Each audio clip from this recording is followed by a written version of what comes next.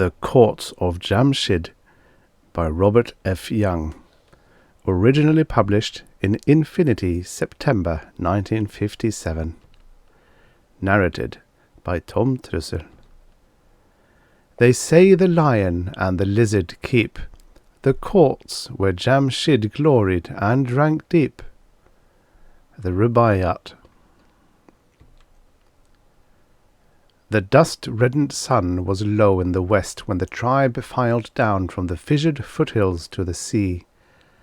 The women spread out along the beach to gather driftwood, while the men took over the task of setting up the rain catch. Ryan could tell from the haggard faces around him that there would be a dance that night. He knew his own face must be haggard too, haggard and grimed with dust. The cheeks caved in, the eyes dark with hunger shadows. The dogless days had been many this time. The rain catch was a crazy quiltwork pattern of dog skins laboriously sewn together into a makeshift tarpaulin. Ryan and the other young men held it aloft while the older men set up the poles and tied the dog gut strings, letting the tarp sag in the middle so that when it rained, the precious water would accumulate in the depression. When the job was done, the men went down to the beach and stood around the big fire the women had built.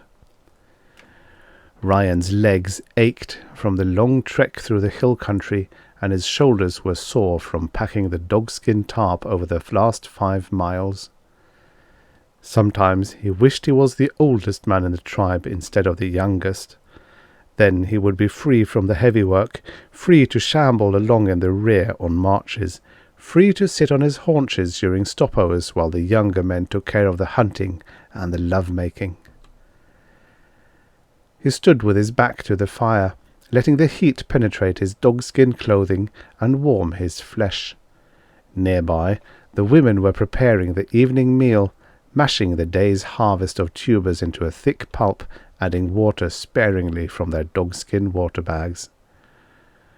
Ryan glimpsed Miriam out of the corner of his eye, but the sight of her thin young face and shapely body did not stir his blood at all, and he turned his eyes miserably away. He remembered how he had felt about her at the time of the last dog kill, how he had lain beside her before the roaring fire, the aroma of roasted dog flesh still lingering in the night air. His belly had been full, and he had lain beside her half the night, and he had almost wanted her. She had seemed beautiful then, and for many days afterward, but gradually her beauty had faded away, and she had become just another drab face, another listless figure stumbling along with the rest of the tribe, from oasis to oasis, from ruin to ruin, in the eternal search for food. Ryan shook his head. He could not understand it, but there were so many things that he could not understand. The dance, for instance. Why should the mouthing of mere words to the accompaniment of rhythmic movements give him pleasure? How could hatred make him strong? He shook his head again. In a way, the dance was the biggest mystery of all. Miriam brought him his supper, looking at him shyly with her large brown eyes. Illogically, Ryan was reminded of the last dog he had killed, and he jerked the earthen pot out of her hands and walked down to the water's edge to eat alone. The sun had set. Streaks of gold and crimson quivered in the wind-creased water, slowly faded away. Darkness crept down from the gullied foothills to the beach, and with it came the first cold breath of night. Ryan shivered. He tried to concentrate on his food, but the memory of the dog would not go away. It had been a small dog, but a very vicious one. It had bared its teeth when at last he had cornered it in the little rocky cul-de-sac in the mountains, and as further evidence of its viciousness, it had wagged its ridiculous tail. Ryan could still remember the high-pitched sound of its growl. Or was it a whine? when he advanced on it with his club, but most of all he remembered the way its eyes had been when he brought the club down on its head. He tried to free himself from the memory, tried to enjoy his tasteless meal. But he went right on remembering. He remembered all the other dogs he had killed, and he wondered why killing them should bother him so. Once he knew dogs had run with the hunters, not from them, but that was long before his time, when there had been something else besides dogs to hunt. Now it was different. Now it was dogs, or death. He finished his meatless stew, swallowing the last mouthful grimly. He heard a soft step behind him, but he did not turn around. Presently Miriam sat down beside him. The sea glinted palely in the light of the first stars. "It's beautiful tonight," Miriam said. Ryan was silent. "Will there be a dance?" she asked. "Maybe." "I hope there is." "Why?" "I don't know. Because everyone's so different afterwards, I suppose. So happy, almost." Ryan looked at her. Starlight lay gently on a childlike face, hiding the thinness of her cheeks, softening the hunger shadows beneath her eyes. Again he remembered the night he had almost wanted her, and he wanted it to be the same again, only all the way this time. He wanted to take her in his arms and kiss her lips and hold her tightly to him, and when desire refused to rise in him, shame took its place. And because he couldn't understand the shame, he supplanted it with anger. "Men have no happiness," he said savagely. "They did once, a long time ago." "You listen too much to the old women's tales." "I like to listen to them. I like to hear of the time when the ruins were living cities and the earth was green, when there was an abundance of food and water for everyone. Surely you believe there was such a time? The words of the dance—" "I don't know," Ryan said. "Sometimes I think the words of the dance are lies." Miriam shook her head. "No, the words of the dance are wisdom. Without them we could not live." "You talk like an old woman yourself," Ryan said. Abruptly he stood up. "You are an old woman, an ugly old woman." He strode across the sand to the fire, leaving her alone by the water.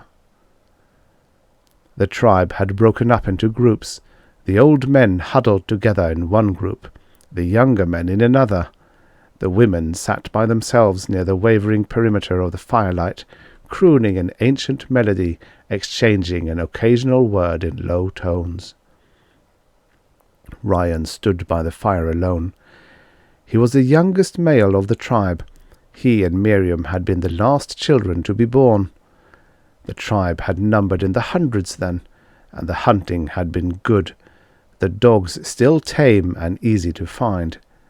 There had been other tribes too, wandering over the dust-veiled land. Ryan wondered what had become of them, but he only pretended to wonder. In his heart he knew. It was growing colder. He added more driftwood to the fire and watched the flames gorge themselves. Flames were like men, he thought. They ate everything there was in sight, and when there was nothing more to eat, they died.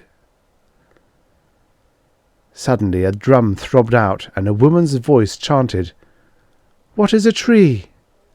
The voice answered from a group of old men, "A tree is a green dream." "What has become of the living land?" "The living land is dust." The drumbeat grew louder. Ryan's throat tightened. He felt the refreshing warmth of anger touch his face. The opening phase of the dance always affected him, even when he was expecting it. One of the old men was moving out into the firelight, shuffling his feet to the beat of the drum. The light reddened the wrinkles on his 30-year-old face, made a crimson washboard of his forehead. His thin voice drifted on the cold night air. "The living land is dust, and those who turned it into dust are dust themselves." A woman's voice took up the chant. "Our ancestors are dust. Dust are our gorged ancestors." There were other figures shuffling in the firelight now, and the beat on the dogskin drum head was sharper, stronger. Ryan felt the quickening of his blood, the surge of newborn energy. Voices blended. "Dust are our gorged ancestors, our ancestors who raped the fields and ravished the hills, who cut the forest chains and set the rivers free, our ancestors who drank deep from the well of the world and left the well dry." Ryan could contain himself no longer. He felt his own feet moving with a vindictive beat of the drum. He heard his own voice take up the chant. "Let us take the memory of our ancestors and tear it open, rend its vitals, throw its entrails on the fire. Our ancestors, the eaters, the putrefiers of the lakes and the rivers, the consumers, the destroyers, the murderers of the living land, the selfish, the obese, the great collectors, who tried to devour the world." He joined the stomping mass of the tribe, his hands going through the mimic motions of killing, rending, throwing. Strength flowed into his emaciated limbs, pulsed through his undernourished body. He glimpsed Miriam across the fire, and he caught his breath at the beauty of her animated face. Again he almost wanted her, and for a while he was able to convince himself that some day he would want her, that this time the effect of the dance would not wear off the way it always had before, and he would go on feeling strong and confident and unafraid, and find many dogs to feed the tribe. Then perhaps the men would want the women the way they used to, and he would want Miriam, and the tribe would increase and become great and strong. He raised his voice higher and stomped his feet as hard as he could. The hatred was like wine now, gushing hotly through his body, throbbing wildly in his brain. The chant crescendoed into a huge hysterical wail, a bitter accusation reverberating over the barren hills and the Dead Sea, riding the dust-laden wind. "Our ancestors were pigs! Our ancestors were pigs!"